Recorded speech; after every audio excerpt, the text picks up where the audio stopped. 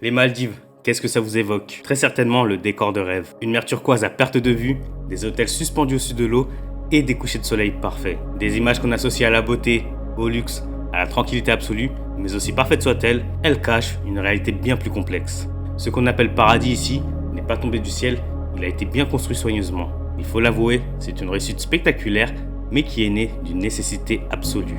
Car derrière la carte postale, il y a un pays réel, avec ses habitants, ses difficultés et son histoire. Justement, une histoire qui a tout changé, pour eux, mais également pour le monde entier. Effectivement, en quelques décennies, les Maldives sont passés du néant sur la carte au sommet des classements touristiques mondiaux. Bien que ce succès semble magique, il a un prix. Alors, comment un archipel isolé est devenu le symbole planétaire du voyage de luxe, et surtout, à quel point cette réussite a transformé, voire bouleversé, le pays. Voici l'histoire des Maldives, d'un rêve collectif, devenu un modèle mondial, mais aussi un miroir de nos contradictions. Je vous souhaite la bienvenue dans Travel Stories par Gomia Voyage.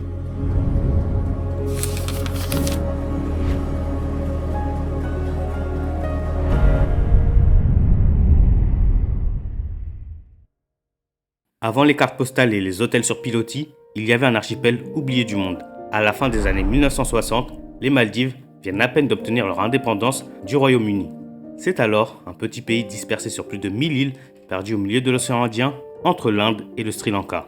À cette époque, moins de 100 000 personnes y vivent, souvent regroupées dans de modestes villages côtiers. La plupart dépendent de la pêche, encore pratiquée à la main, ou encore de la récolte de noix de coco. Le pays est pauvre, profondément isolé, et son économie repose presque entièrement sur la mer. Dans la capitale, Malé, tout tient sur seulement quelques kilomètres carrés, un hôpital, quelques écoles, une radio publique et très peu de routes. L'électricité, elle, restait rare, intermittente, loin d'alimenter toutes les îles en continu.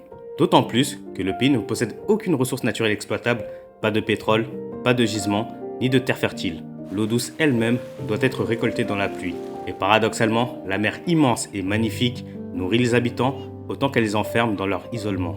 Et donc de ce fait, pendant longtemps, personne ne s'intéresse à ces îles. Trop petites, trop dispersées, trop pauvres pour qu'on puisse y voir une opportunité. L'ONU classe alors les Maldives parmi les pays les moins développés du monde. Et pour beaucoup, elles ne sont qu'un point perdu sur la carte, très loin du statut qu'elles connaissent aujourd'hui. Pour ne rien arranger, encore à cette époque, les communications sont quasi inexistantes. Seuls quelques bateaux assurent la liaison entre les atolls lorsque la météo le permet. Un trajet de quelques dizaines de kilomètres peut prendre plusieurs jours, parfois plus, et les tempêtes isolent des villages entiers pendant des semaines. Alors, dans ces conditions, le monde extérieur paraît lointain, presque abstrait. La majorité des habitants en entendent parler, mais sans jamais le voir. Et pourtant, au milieu de cette vie simple et précaire, la mer attire quelques regards. Ses eaux transparentes, ses récifs de corail et sa tranquillité absolue fascinent les rares navigateurs qui y accostent. Arrivé au tournant des années 1970, le gouvernement maldivien cherche désespérément une voie de développement. Le tourisme apparaît alors comme une idée folle, il n'y avait pas de route, pas d'infrastructure, pas d'aéroport, et pourtant, c'est cette idée improbable qui va tout changer. C'est en 1971 qu'apparaît un homme qui va jouer un rôle décisif, George Corbin. Un tour opérateur italien qui est passionné de plongée. Alors qu'il était en voyage au Sri Lanka, il entend parler de ces îles méconnues et décide de s'y rendre par bateau, accompagné d'un Maldivien qui jouera aussi un rôle important, Ahmed Nassem.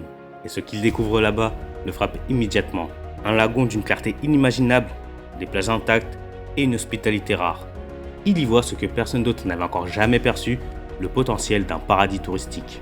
De retour à Milan, Corbin partage son enthousiasme et convainc un petit groupe de voyageurs de le suivre. Avec l'aide du gouvernement et de ses partenaires maldiviens, dont le fameux Ahmed Nassim qui était présent lors de son premier voyage et d'un nouveau Mohamed Oumar Maniku, il participe à la création du premier resort du pays sur une île proche de Malé du nom de Via Manaa Fushi, aujourd'hui connu sous le nom de Kurumba. Alors, en 1972, Kurumba Village ouvre ses portes avec une trentaine de chambres construites en corail et couvertes de feuilles de cocotier. À l'époque, il n'y avait pas d'eau chaude, pas de climatisation, mais un décor à couper le souffle.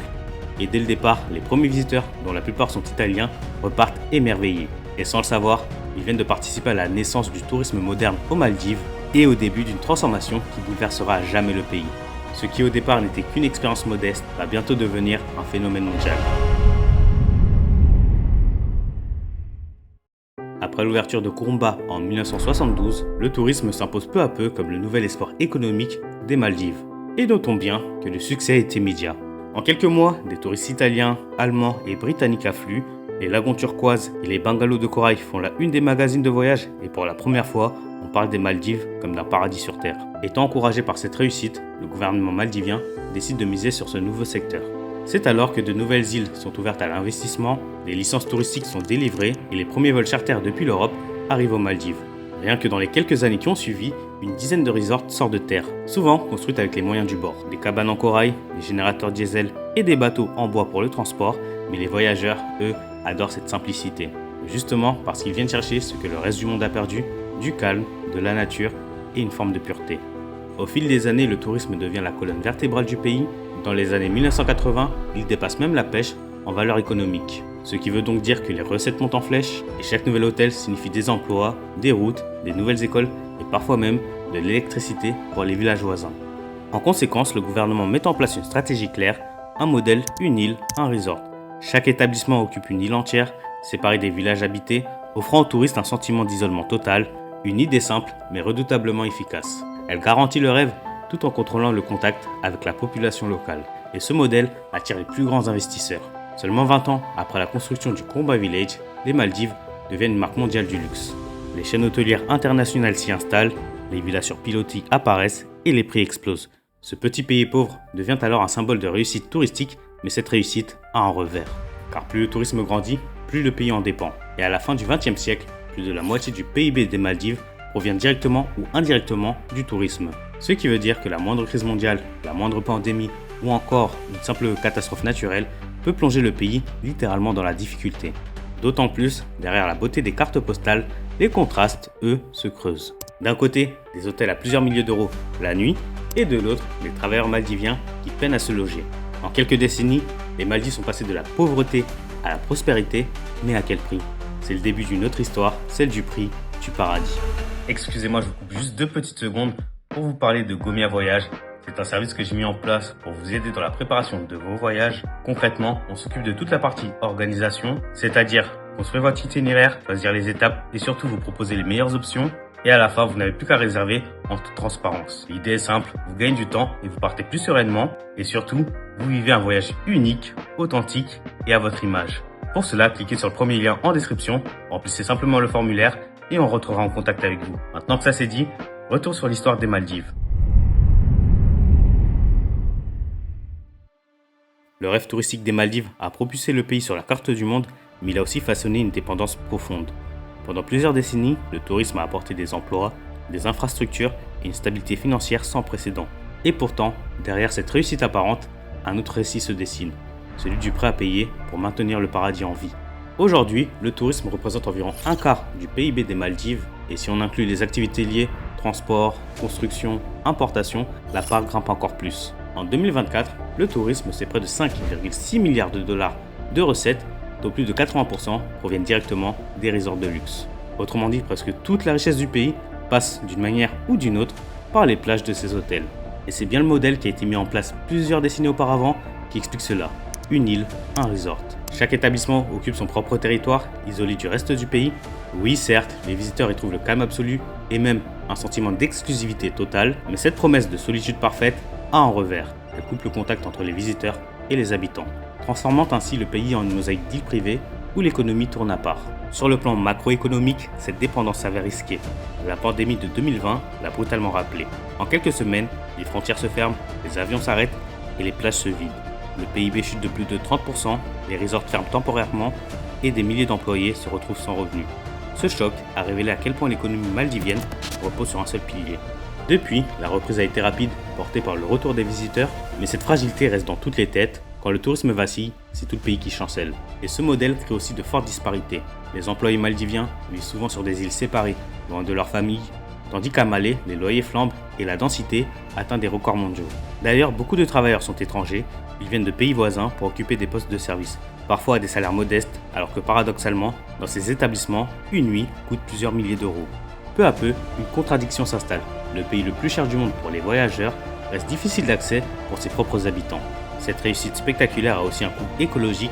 Les îles-hôtels consomment d'énormes quantités d'énergie et d'eau douce, souvent importées ou produites localement par des Salmans, un processus énergivore.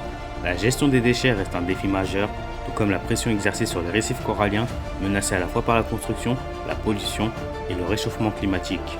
Ce décor de rêve si fragile doit être désormais entretenu au prix d'un effort constant. Et plus le pays dépend du tourisme, plus d'entretenir cette image qui l'a rendu célèbre. Le prix du paradis, c'est ce dilemme permanent.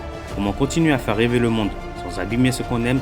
Comment garantir le bien-être d'une population entière sans sacrifier l'équilibre écologique? Pour les Maldives, la réponse ne réside plus dans la quantité de touristes, mais dans la qualité de leur présence et surtout dans la capacité de transformer le rêve en une réalité durable.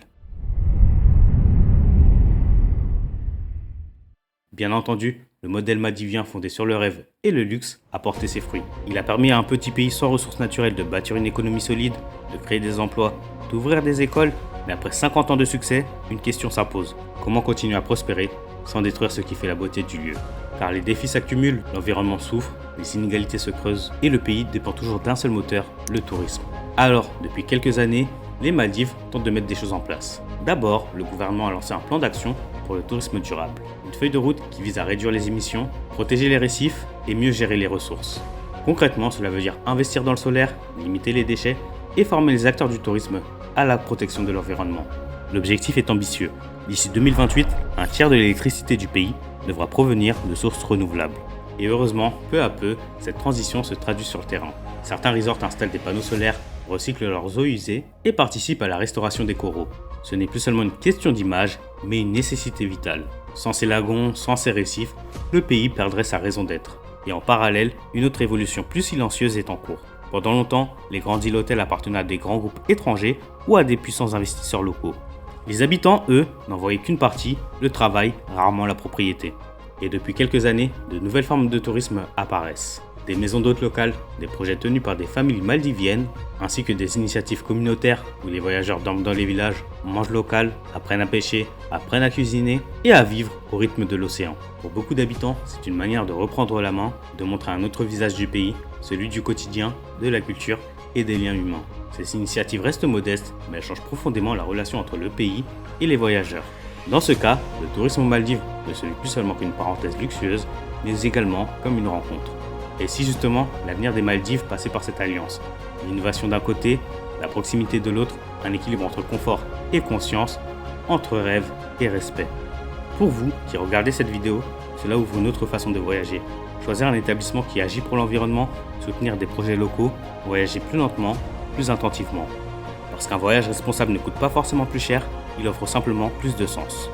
Et si vous avez envie de vivre ce genre d'expérience, un voyage vraiment unique, pensé pour vous, sans stress ni perte de temps lié aux recherches, avec des conseils fiables et un accompagnement humain, c'est exactement ce qu'on fait avec Comia Voyage. On vous aide à concevoir un itinéraire sur mesure qui respecte vos envies, votre budget, votre rythme, pour que vous puissiez vivre le voyage que vous imaginez, sans avoir à tout gérer vous-même.